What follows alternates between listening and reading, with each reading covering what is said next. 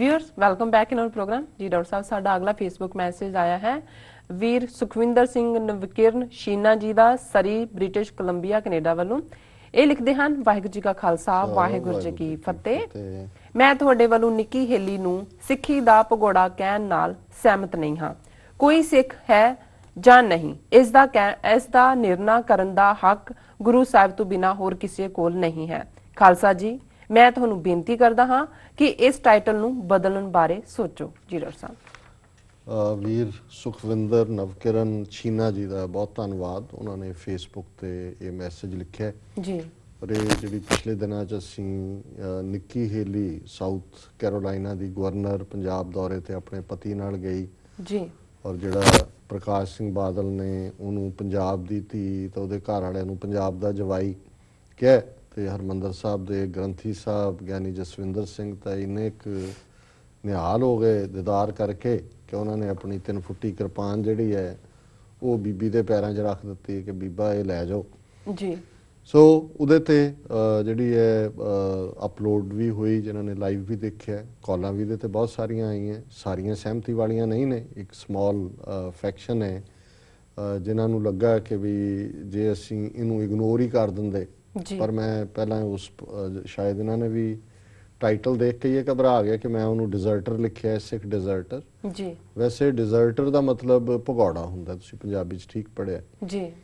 ਤੇ ਭਗੌੜਾ ਉਹੀ ਹੁੰਦਾ ਜਿਹੜਾ ਕਹਿੰਦਾ ਮੈਂ ਸਿੱਖ ਨਹੀਂ ਹੈ।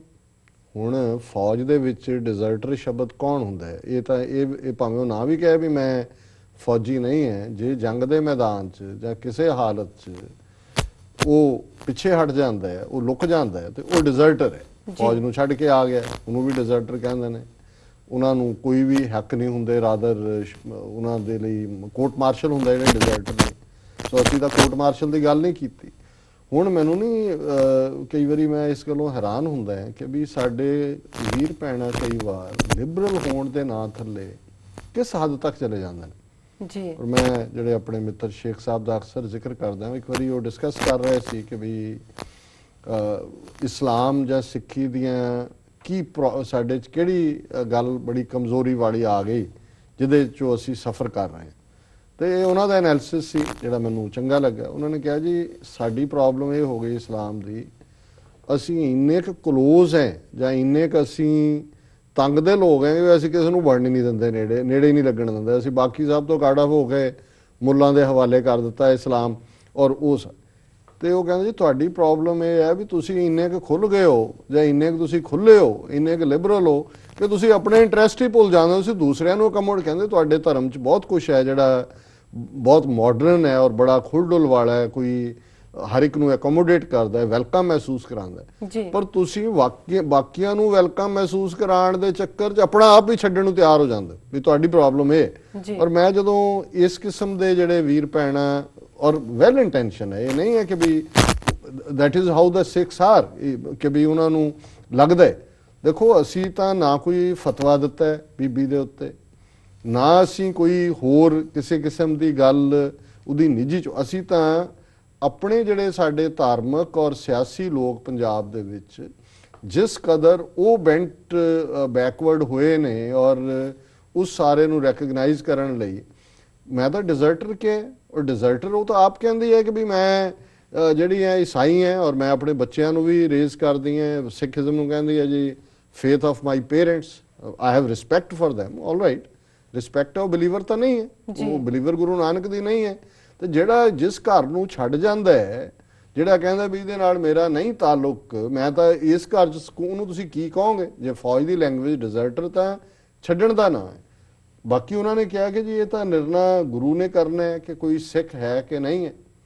ਹਾਂ, ਕਰਮੀ ਆਪੋ ਆਪਣੀ ਕੇ ਨੇੜੇ ਕੇ ਦੂਰ। ਅਕਾਲ ਪੁਰਖ ਦੀ ਦਰਗਾਹ ਦੇ ਵਿੱਚ ਕੌਣ ਕਿਸ ਲੇਬਲ ਥੱਲੇ ਆਇਆ ਜਾਂ ਕਿਹਨੂੰ ਜਿਹੜਾ ਉਹ ਟਰੂਲੀ ਮੰਨਿਆ ਨਹੀਂ ਮੰਨਿਆ, ਉਹ ਨਿਰੰਕਾਰ ਹਾਫਿਜ਼ ਹੈ। ਉਹ ਜਾਂ ਨਿਰੰਕਾਰ ਉਸ ਦਾ ਉਹਦੇ 'ਚ ਅਸੀਂ ਕਿਸੇ ਦੇ ਉੱਤੇ ਬੈਠੇ ਜੱਜ ਨਹੀਂ ਹੈ।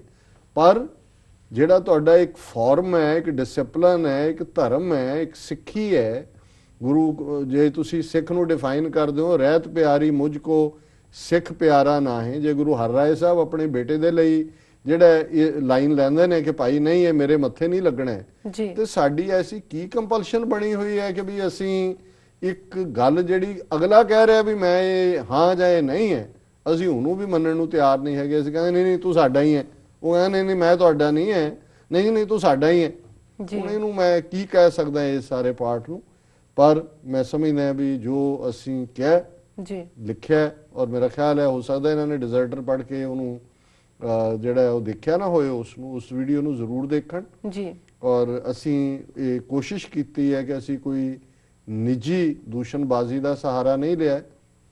ਬਹੁਤ ਸਾਰੀ ਇਨਫੋਰਮੇਸ਼ਨ ਮੇਰੇ ਕੋਲ ਹੋਰ ਵੀ ਸੀ ਜਿਹੜੀ ਮੈਂ ਡਿਸਕਸ ਕਰ ਸਕਦਾ ਸੀ, ਜਿਹੜੀ ਉਹਨਾਂ ਦੇ ਬਹੁਤ ਈਵਨ ਪਰਸਨਲੀ ਵੀ ਅਗੇਂਸਟ ਜਾਂਦੀ, ਪਰ ਮੈਂ ਉਹਨੂੰ ਆਧਾਰ ਬਣਾਏ ਬਿਨਾ ਮੈਂ ਤਾਂ ਬੈਂਕਰਪਟਸੀ ਆਪਣੀ ਲੀਡਰਸ਼ਿਪ ਦੀ ਪੋਲੀਟੀਕਲ ਔਰ ਰਿਲੀਜੀਅਸ ਉਹਦੀ ਗੱਲ ਕੀਤੀ, ਔਰ ਨਾਲ ਹੀ ਕਿ ਭਾਈ ਇਹ ਜਿਹੜੇ ਨੇ ਸਾਡੇ ਲਈ ਰੋਲ ਮਾਡਲ ਨਹੀਂ ਨੇ। ਜੀ ਸੋ ਫਿਰ ਵੀ ਇਹਨਾਂ ਦਾ ਸੁਖਵਿੰਦਰ ਨਵਕਿਰਨ ਸ਼ੀਨਾ ਜੀ ਦਾ ਬਹੁਤ ਬਹੁਤ ਧੰਨਵਾਦ ਕਿ ਉਹਨਾਂ ਨੇ ਆਪਣਾ ਕਮੈਂਟ ਦਿੱਤੇ। ਜੀ ਡਾਕਟਰ ਸਾਹਿਬ ਨਾਲ ਲੈਣੇ ਬ੍ਰੇਕ। ਵੀਅਰਸ ਦੋਸਤਾਨਾ ਇਸ ਤਰ੍ਹਾਂ ਬਣੇ ਰਹੋ, ਮਿਲਦੇ ਹਾਂ ਕਮਰਸ਼ੀਅਲ ਬ੍ਰੇਕ ਤੋਂ ਬਾਅਦ।